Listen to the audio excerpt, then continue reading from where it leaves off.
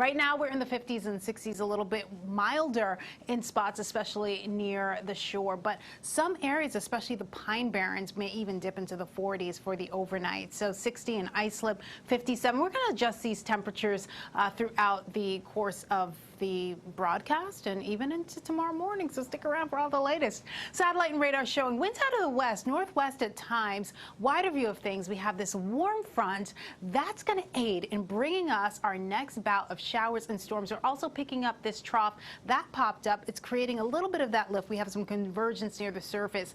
If you notice, there are a few light scattered showers early in the morning, but the main event arrives later in the afternoon. First, Hudson Valley around the 2 o'clock hour. Then we're tracking this lineup here that's going to be moving in from eastern Pennsylvania. That's set to arrive a little bit closer to the 4 o'clock hour, moving into New Jersey across the 5 boroughs. And then 4:30 into 5 o'clock, it starts to make its way further east. Nassau, Suffolk County, 5, 6 o'clock. Heavy downpours indicative of the brighter shaded areas. That's where we can get the heavy downpours, hail possible, gusty winds could cause some down trees, power lines, maybe even some power outages. By 8 o'clock, it's going to exit the eastern end of Long Island. So it's going to move fairly quickly.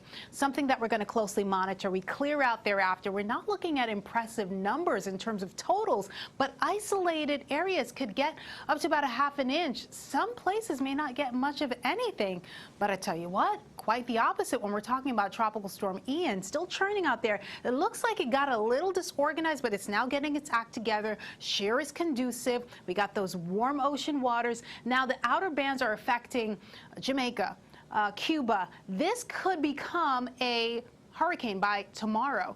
Even Haiti, we're seeing up to a few inches there of rain. 45-mile-an-hour maximum sustained winds moving west. It's south of Kingston, Jamaica, and then it's going to continue on that course. It's going to actually make a turn. So this is by Monday around midnight. Category 1 expected to become a Category 3, a major hurricane Monday into Tuesday. So it's going to have all that time to really take full advantage of the warm waters, that low shear that's going to aid in intensifying it. The western end of Cuba is where we're going to see most of the impacts there around that time as a major hurricane, and then it's going to set its sights for Florida. The Gulf Coast expected to get a whole lot of rain, a whole lot of damage. Category 4, this is by Wednesday, and then it's going to continue, and as it interacts with the land, that friction will aid in weakening it, and then it looks like it may actually head further north in toward the mid-Atlantic and may even get some impacts here. Heavy rain, flooding, mudslides, storm surge, especially northwestern the Caribbean. And then here are some of the totals that we anticipate. Up to about a foot in some spots. Central Cuba could get 6 to 10, higher amounts expected locally.